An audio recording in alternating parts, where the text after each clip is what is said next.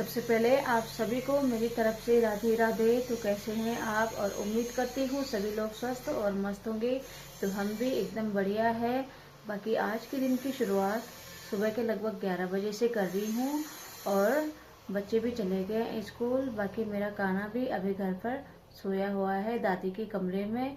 और घर के सारे कामकाज निपटाने के बाद मैं ब्लॉगिंग कर रही हूँ। और हमारे लड्डू जी यहाँ पर बिल्कुल तैयार हो गए हैं और अपने सिंहासन पर बैठे हुए हैं। और यहाँ पर दर्शन कीजिए राधा रानी के।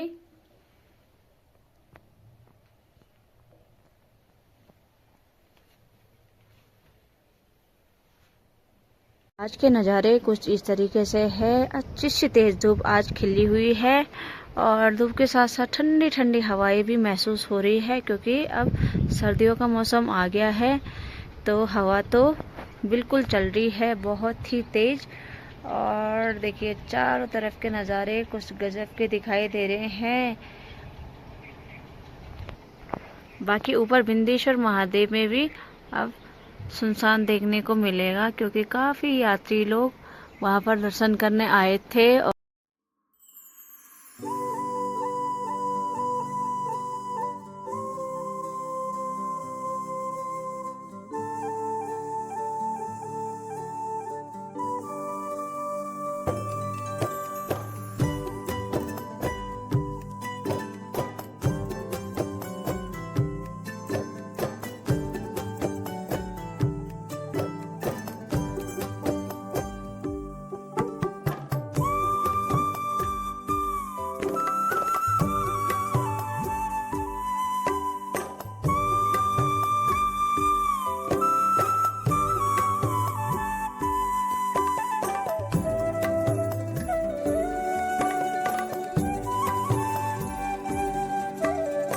के सारे काम निपटाने के बाद लास्ट में दूध गर्म करना होता है। और अभी मैंने दूध भी गर्म करने रख दिया है। और दूध के साथ देखिए यहाँ पर मेरे को एक बड़ी सी बोतल में 2 लीटर की बोतल में लस्सी भी मिली हुई है। तो यही हमारे पहाड़ों में होता है कि जब हम दूध कहीं से लेते हैं तो वहाँ पर लस्सी भी हमको मिल जाती है वहाँ से, और वो भी बिल्कुल फ्री में। तो बहुत ही अच्छा लगता है। और ये चीज़ हमारे सिर्फ पहाड़ों में ही ऐसा देखने को मिलता है। अभी कुछ दिन पहले जब मैं दिल्ली में गई हुई थी, तो वहाँ पर एक दिन मैं जब मेट्रो में गई, तो मेट्रो में मेरे साथ मेरा कान्हा भी था और कंधे में मेरा बैग था। तो उस दिन मैं अपने फ्रेंड के घर जा रही थी और बैग मेरे पे बहुत ही ज़्यादा भारी हो गया था और हाथ में कान्हा भी था और ऊपर से मेरे को बैक पेन भी था बहुत ही ज़्यादा। तो मैं बहुत ही ज़्यादा उस दिन थक गई। और जैसे ही मैं मेट्रो में पहुंची ऊपर सफ़र के लिए, तो वहाँ पर पहुँचते ही मुझे एक भाई जी मिले और वो हमारे विरुखाल ब्लॉक के ही थे। तो वहाँ पर जो भैया थे उन्होंने मुझे अपनी सीट पर बैठाया और फिर मुझे बोला कि अपना बेटा भी मुझे दे दे, क्योंकि मुझे काफ़ी थकी हुई नज़र आ रही है। तो फिर मैंने उनको अपना बेटा भी दिया पकड़ने के लिए। और कुछ ही देर बाद एक आंटी थी वहाँ पर, बुढ़िया सी थी, तो वो मेरे बेटे को पानी पिलाने की कोशिश कर रही थी कि पानी पी लें। फिर वो जो भैया थे उन्होंने मुझे इशारा किया कि उसको पानी नहीं पिलाना है। और उनके सामने जब वो बुढ़िया उतर गई, तो फिर अगले स्टैंड में भैया ने मुझे बोला कि यहाँ तू आई है और यहाँ बिल्कुल संभल कर चलना, क्योंकि ये दिल्ली है। किसी को भी अपने बेटे पर हाथ मत लगाने देना। और पानी तो बिल्कुल भी नहीं, चाहे कोई कुछ भी हो, चाहे वो बुढ़िया हो, चाहे वो जवान हो, कुछ भी हो, किसी पे भरोसा मत करना। तो मुझे बहुत ही ज़्यादा उस दिन हंसी आई भैया की बातें सुनकर। और हम ना बहुत ही पुरानी बातें कर रहे थे मेट्रो में, तो बहुत ही अच्छा लगा। फिर उन भैया ने मुझे बोला कि यहाँ के लोगों पर बिल्कुल भी भरोसा मत करना और अपना फ़ोन अपने हाथ पे मत रख, अपना मतलब हर चीज़ उन्होंने मुझे गाइड किया कि यहाँ ऐसा बिल्कुल भी मत करना। तो यही चीज़ है हमारे उत्तराखंड में और शहर के उसमें कल्चर में यही। और मुझे गाइड भी किया कि यहाँ ऐसा होता है दिल्ली में, बिल्कुल घर की तरह बिल्कुल भी मत रहना, बिल्कुल सतर्क रहना। यहाँ पे अपना फ़ोन वगैरह, अपनी सामान, अपनी चीज़ें बिल्कुल संभाल के रखना। तो मुझे बहुत ही अच्छा लगा उन भैया से मिलकर। और वैसे हमारे पहाड़ी बिल्कुल सरल स्वभाव के होते हैं। वैसे तो सभी जगह अलग अलग प्रकार के लोग मिलेंगे आपको, अच्छे भी मिलते हैं तो काफ़ी लोग बुरे भी मिलते हैं। पर मेरा कहना यही है कि अपनी तरफ से बिल्कुल अच्छा कीजिए तो आपको अच्छा ही मिलेगा। और अगर आप किसी का बुरा करते हैं, अगर आज नहीं, कल नहीं और परसों नहीं, तो एक दिन जरूर आपको बुरे का अंजाम भुगतना पड़ेगा। बाकी यही फर्क होता है हमारे दिल्ली में और उत्तराखंड में। यही फर्क है कि वहाँ ऐसा होता है और उत्तराखंड में ऐसा होता है। तो यहाँ पर दूध और लस्सी हमें बिल्कुल अच्छी मात्रा में, हमें भरपूर मात्रा में हमें मिलता है। तो मैं उनका नाम नहीं बताऊंगी क्योंकि यहाँ पर लोगों की नजर भी लग जाती है कि हम कहाँ से दूध लाते हैं। पता लगा कल से दूध भी बंद हो गया आप लोगों को बताने के चक्कर में। तो यही सब है हमारे उत्तराखंड में। अभी मेरा काना भी उठ गया है छोकर। सुनो उधर देखो, उधर देखो, सुनो उधर देखो, उधर देखो, जे कर दे छप को राधे राधे बोल दो। तो उसका मन नहीं है क्योंकि अभी सोकर उठा है और आज दादी के रूम पर ही सो गया था, तो उसकी नलाई धुलाई भी नहीं हुई।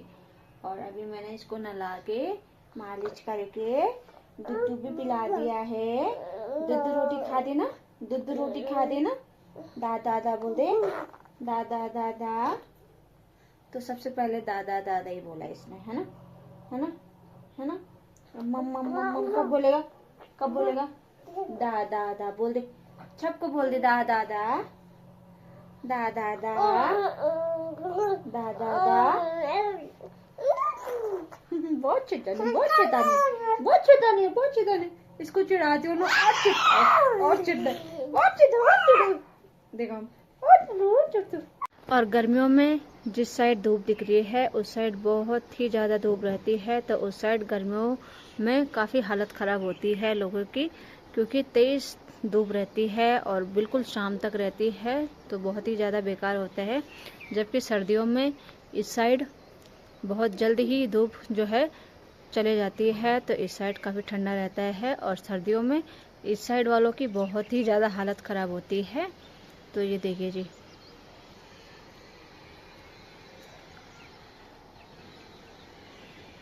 ये वो इंटरेस्टिंग वाली चीज़ है जिसको लेकर मुझे काफ़ी एक्साइटमेंट हो रही है। और ये हमने छत में बनवा रखा है चूल्हा।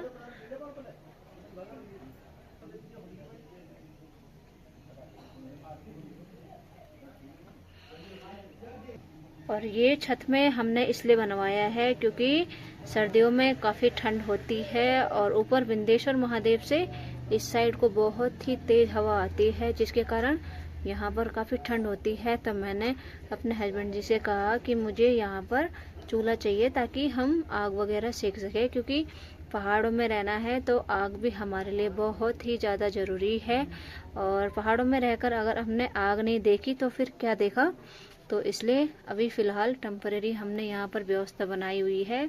जब अच्छे से थोड़ा बहुत व्यवस्था होगी तो हम बहुत ही अच्छे से यहाँ पर अपना ये चूल्हा वाला पहाड़ी चूल्हा का किचन बहुत अच्छे से बनाएंगे।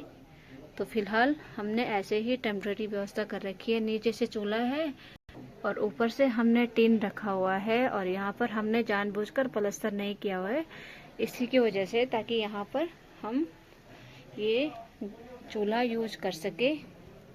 बाकी यहाँ पर छत में मैंने पहाड़ी सिलवटा रखा हुआ है, तो इसमें भी बहुत अच्छे से पिस जाता है, चाहे वो कुछ भी हो, चटनी हो या फिर आलू वगैरह, तो सब चीज़ के काम यहाँ पर आ जाता है। और ये वाला जो सिलवटा है तो इसको मैं गांव से लेकर आई थी, तो ये हमारा पारंपरिक सिलवटा है जो हमारा वर्षों से चल के आ रहा है। और इसको मैं घर से उठा के ले आई क्योंकि घर पर ऐसे ही पड़ा हुआ था, तो फिर मैं इसको घर से ही उठा कर ले आई। बाकी सब्जी और दाल के लिए मैं हमेशा लोहे की कढ़ाई का ही यूज़ करती हूँ, क्योंकि ये भी हमारे शरीर के लिए बहुत ही ज़्यादा फ़ायदेमंद होता है। और इसलिए बनाती हूँ क्योंकि जब मैं मायके में थी तो मेरी माँ भी लोहे की कढ़ाई में ही खाना बनाते थे, तो बहुत ही ज़्यादा स्वाद आता था मेरी माँ के हाथों से। तो इसीलिए मैं अपनी माँ की याद में हमेशा लोहे की कढ़ाई में ही सब्जी वगैरह बनाती हूँ। और अपनी माँ के जैसा स्वाद तो मैं अपने हाथों में नहीं ला सकती, लेकिन माँ की याद में ये सब जरूर कर सकती हूँ। तो इसलिए हमेशा मैं लोहे की कढ़ाई में ही सब्जी बनाती हूँ। आजकल मार्केट में काफ़ी चहल पहल देखने को मिल रही है 1-2 दिनों से, क्योंकि अब शादी का भी सीज़न शुरू हो गया है। तो कुछ लोग शॉपिंग करने आ रहे हैं और मार्केटिंग भी कर रहे हैं। तो आजकल खूब भीड़ भाड़ देखने को मिल रही है।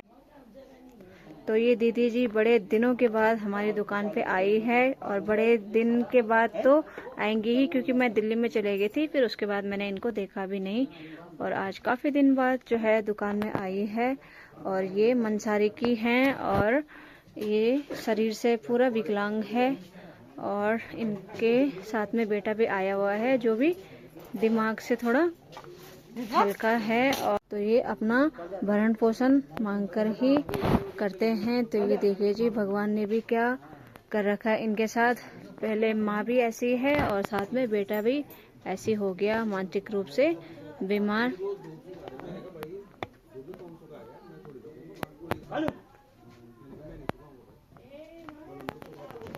ये देखिए जी, तो बहुत ही दुख होता है जब ऐसे किसी को देखते हैं ना। भगवान ऐसा किसी को ना बनाए, मैं तो यही कहती हूँ।